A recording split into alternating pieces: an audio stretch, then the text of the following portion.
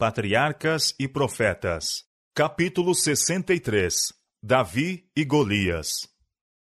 Quando o rei Saul compreendeu que havia sido rejeitado por Deus, e quando sentiu a força das palavras de acusação que tinham sido dirigidas a ele pelo profeta, encheu-se de amargurada rebelião e desespero.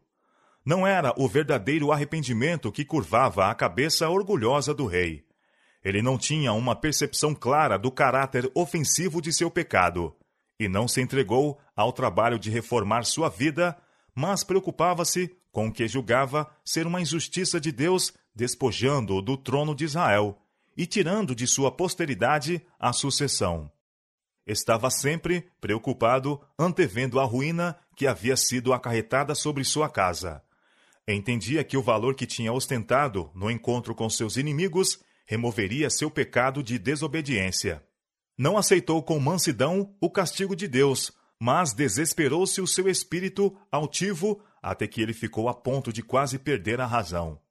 Seus conselheiros sugeriram-lhe procurar os serviços de um músico hábil, na esperança de que as notas calmantes de um instrumento suave lhe serenassem o espírito perturbado. Na providência de Deus, Davi, como hábil executor de harpa, foi trazido perante o rei. Seus acordes sublimes e de inspiração celestial tiveram o desejado efeito. A acalentada melancolia, que semelhante a uma nuvem negra se fixara no espírito de Saul, desapareceu como por encanto. Quando seus serviços não eram exigidos na corte de Saul, Davi voltava aos seus rebanhos entre as colinas e continuava a manter sua simplicidade de espírito e maneiras. Quando quer que fosse necessário, era novamente chamado para servir perante o rei, a fim de suavizar a mente do conturbado monarca até que o espírito mau se afastasse dele. Mas, embora Saul experimentasse seu deleite na presença de Davi e pela música, o jovem pastor ia da casa do rei aos campos e colinas de suas pastagens, com uma sensação de alívio e alegria. Davi crescia no favor de Deus e dos homens. Ele tinha sido instruído no caminho do Senhor e agora depusera o seu coração a fazer a vontade de Deus mais amplamente do que nunca. Tinha novos assuntos para meditação. Estivera na corte do rei e vira a responsabilidade da realeza. Descobrira algumas das tentações que assediavam a alma de Saul e penetrava alguns dos mistérios no caráter e trato do primeiro rei de Israel. Vira a glória da realeza ensombrada pela escura nuvem da tristeza e compreendeu que a casa de Saul, em sua vida particular, estava longe de ser feliz. Todas estas coisas serviam para trazer pensamentos inquietadores àquele que fora ungido para ser rei de Israel. Mas, quando se achava absorto em profunda meditação e perseguido por pensamentos de ansiedade, volvia sua harpa e arrancava acordes que elevavam seu espírito ao autor de todo o bem, e dissipavam-se as negras nuvens que pareciam obscurecer o horizonte do futuro. Deus estava a ensinar a Davi lições de confiança. Assim como Moisés foi preparado para o seu trabalho, assim o Senhor estava habilitando o filho de Jessé a tornar-se o guia de seu povo escolhido. Em seu vigilante cuidado pelos seus rebanhos, estava a adquirir uma apreciação dos cuidados que o grande pastor tem pelas ovelhas de seu pasto. As solitárias colinas e barrancos bravios, onde vagueava Davi com seus rebanhos, eram o esconderijo de feras rapinantes. Frequentemente, o leão dos matagais, ao lado do Jordão, ou o urso saindo de seu covil, entre as colinas, vinham ferozes e famintos atacar os rebanhos. Segundo o costume de seu tempo, Davi estava armado apenas com sua funda e com um cajado de pastor. Contudo, cedo deu ele provas de sua força e coragem ao proteger o que se achava sob sua guarda. Depois de descrever estes encontros, ele disse: "E vinha um leão e um urso, e tomava uma ovelha do rebanho, e eu saí após ele, e o feri, e livrei-a da sua boca. E levantando-se ele contra mim, lancei-lhe mão da barba, e o feri e o matei." 1 Samuel capítulo 17, versos 34 e 35. Sua experiência nestas coisas provou o coração de Davi e desenvolveu nele coragem, fortidão e fé. Mesmo antes que fosse chamado à corte de Saul, Davi se havia distinguido por ações de valor. O oficial que o levou ao conhecimento do rei declarou ser ele valente e animoso, e homem de guerra, e sisudo em palavras, e disse: O Senhor é com ele. 1 Samuel capítulo 16, verso 18. Quando Israel declarou guerra contra os filisteus, 3 dos filhos de Jessé tomaram parte no exército sob o comando de Saul. Davi, porém, ficou em casa. Depois de algum tempo, entretanto, foi visitar o arraial de Saul. Por determinação de seu pai, devia levar uma mensagem e um presente a seus filhos mais velhos, e saber se ainda estavam livres de perigo e em saúde. Mas, sem que Jessé o soubesse, o jovem pastor tinha sido incumbido de uma missão mais alta. Os exércitos de Israel estavam em perigo, e por um anjo fora determinado a Davi salvar o seu povo. Aproximando-se Davi do exército, ouviu o ruído de uma comoção, como se uma luta estivesse prestes a ter início. E o arraial saía em ordem de batalha, e os gritos chamavam a peleja. Israel e os filisteus tomaram posições, exército contra exército. Davi correu para o exército, chegou-se e saudou seus irmãos. Enquanto estava a conversar com eles, Golias, o campeão dos filisteus, veio à frente. E com uma linguagem insultante, menosprezou a Israel, e desafiou-os a que arranjassem um homem dentre suas fileiras que o quisesse enfrentar em um combate individual. Repetiu o desafio, e quando Davi viu que todo Israel estava cheio de medo e soube que a afronta do filisteu lhe era atirada dia após dia, sem que despertasse um campeão para silenciar o jactancioso, seu espírito se agitou dentro dele. Inflamou-se pelo zelo para preservar a honra do Deus vivo e o crédito de seu povo. O exército de Israel estava abatido, sua coragem faltara. Diziam uns aos outros: Vistes aquele homem que subiu? Pois subiu para afrontar a Israel. Com vergonha e indignação exclamou Davi: Quem é, pois, este incircunciso filisteu para afrontar os exércitos do Deus vivo? Eliabe, o irmão mais velho de Davi, quando ouviu estas palavras, bem compreendeu os sentimentos que agitavam a alma do jovem.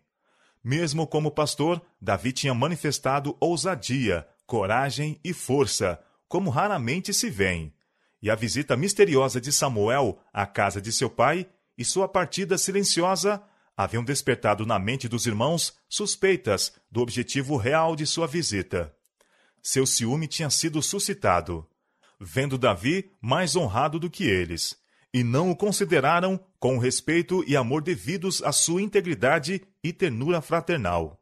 Consideravam-no meramente como um rapaz pastor, e agora a pergunta que ele fez foi tida por Eliabe como uma censura à sua covardia por não fazer nenhuma tentativa para reduzir ao silêncio o gigante dos filisteus. O irmão mais velho exclamou com ira: Por que desceste aqui? E a quem deixaste aquelas poucas ovelhas no deserto? Bem conheço a tua presunção e a maldade de teu coração, que descesse para ver a peleja. A resposta de Davi foi respeitosa, mas decidida. Que fiz eu agora? Porventura não há razão para isso? As palavras de Davi foram referidas ao rei, que chamou o jovem diante de si. Saul ouviu com espanto as palavras do pastor quando ele disse: Não desfaleça o coração de ninguém por causa dele. Teu servo irá e pelejará contra este filisteu. Saul esforçou-se por demover a Davi de seu propósito, mas o jovem não podia ser abalado. Respondeu de maneira simples, despretensiosa, relatando suas experiências na guarda dos rebanhos de seu pai. E disse: O Senhor me livrou da mão do leão e da do urso. Ele me livrará da mão deste filisteu. Então disse Saul a Davi: Vai-te embora, e o Senhor seja contigo. Durante 40 dias, o exército de Israel havia tremido diante do altivo desafio do gigante filisteu. O coração desfalecia dentro deles ao olharem para suas formas sólidas, medindo de altura 6 côvados e 1 palmo.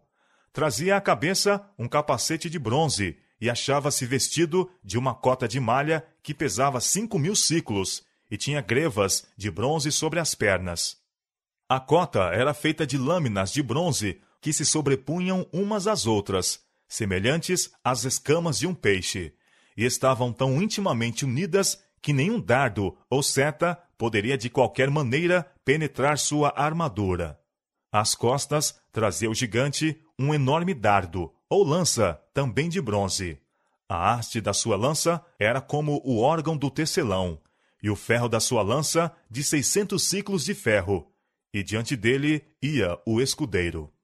Pela manhã e à tarde, Golias havia se aproximado do acampamento de Israel, dizendo com grande voz: Para que saireis a ordenar a batalha? Não sou eu filisteu, e vós, servos de Saul? Escolhei dentre vós um homem, que desça a mim. Se ele puder pelejar comigo e me ferir, seremos vossos servos. Porém, se eu o vencer e o ferir, então sereis nossos servos, e nos servireis. Disse mais o filisteu: Hoje desafio as companhias de Israel, dizendo: Dai-me um homem, para que ambos pelejemos. Embora Saul tivesse dado a Davi permissão para aceitar o desafio de Golias, o rei tinha pouca esperança que Davi fosse bem-sucedido em sua ousada empresa. Foi dada a ordem para vestir o jovem na própria armadura do rei. O pesado capacete de bronze foi-lhe posto na cabeça, e a cota de malha sobre o corpo. A espada do monarca estava ao seu lado. Assim aparelhado, saiu ele para desempenhar sua incumbência. Mas não demorou muito para que começasse a retroceder. O primeiro pensamento na mente dos espectadores ansiosos foi que Davi se resolvera a não arriscar sua vida enfrentando um antagonista em um encontro tão desigual. Mas isto estava longe do pensamento do bravo moço. Voltando a Saul, pediu permissão para tirar a pesada armadura, dizendo: Não posso andar com isto, pois nunca a experimentei. Tirou a armadura do rei e, em lugar da mesma, tomou apenas seu cajado, com seu alforje de pastor e uma simples funda. Escolhendo 5 pedras lisas do ribeiro, pôs-la no surrão, e com a funda na mão, aproximou-se do filisteu. O gigante deu ousadamente grandes passos para a frente, esperando encontrar o mais poderoso dos guerreiros de Israel. Seu escudeiro ia diante dele, e parecia como se nada lhe pudesse resistir. Ao aproximar-se mais de Davi, não viu senão um rapaz, que se podia dizer menino, pela sua idade. O rosto de Davi era rubro pela saúde, e seu talhe firme. Desprotegido de armadura, mostrava-se exposto. Contudo, entre seu perfil de moço e as sólidas proporções do filisteu, havia um acentuado contraste. Golias encheu-se de surpresa e ira. Sou eu, algum cão? Exclamou ele, para tu vires a mim com paus? Então derramou sobre Davi as mais terríveis maldições por todos os deuses que conhecia, e bradou com escárnio: Vem a mim, e darei a tua carne às aves do céu e às bestas do campo. Davi não fraqueou diante do campeão dos filisteus. Dando passos à frente, disse ao seu antagonista: Tu vens a mim com espada, e com lança, e com escudo. Porém, eu venho a ti em nome do Senhor dos Exércitos, o Deus dos exércitos de Israel, a quem tens afrontado. Hoje mesmo o Senhor te entregará na minha mão, e ferir-te-ei e te tirarei a cabeça. E os corpos do arraial dos filisteus darei hoje mesmo às aves do céu e às bestas da terra. E toda a terra saberá que há Deus em Israel, e saberá toda esta congregação que o Senhor salva, não com espada, nem com lança, porque do Senhor é a guerra, e ele vos entregará na nossa mão. Havia um tom de intrepidez em sua voz, um aspecto de triunfo e regozijo em seu belo rosto.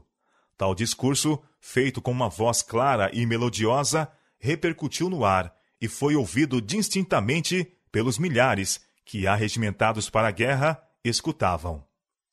A ira de Golias subiu até ao mais alto ponto.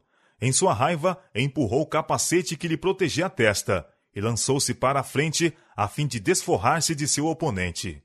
O filho de Jessé preparava-se para o seu adversário. E sucedeu que, levantando-se o filisteu e indo encontrar-se com Davi, apressou-se Davi e correu ao combate a encontrar-se com o filisteu.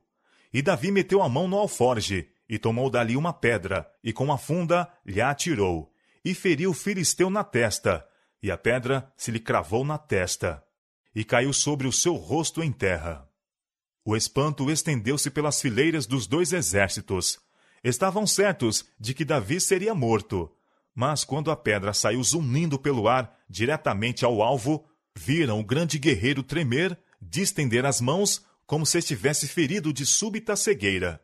O gigante vacilou, cambaleou e, qual carvalho ferido, tombou ao chão. Davi não esperou um momento sequer, saltou sobre o corpo prostrado do filisteu e, com ambas as mãos, apoderou-se da pesada espada de Golias. Um momento antes, o gigante se jactara de que com ela separaria dos ombros a cabeça do jovem e daria seu corpo às aves do céu. Agora foi ela erguida ao ar. Então a cabeça do fanfarrão rolou desligando-se do tronco, e um brado de exultação subiu do acampamento de Israel.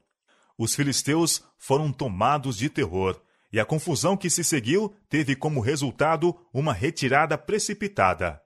As aclamações dos hebreus triunfantes ecoavam pelos cumes das montanhas e alcançavam os inimigos que fugiam. E eles seguiram os filisteus até chegar ao vale, e até chegar às portas de Ecrom, e caíram os feridos dos filisteus pelo caminho de Saaraim até Gate, e até Ecrom. Então voltaram os filhos de Israel de perseguirem os filisteus, e despojaram os seus arraiais. E Davi tomou a cabeça do filisteu, e a trouxe a Jerusalém. Porém, pôs as armas dele na sua tenda.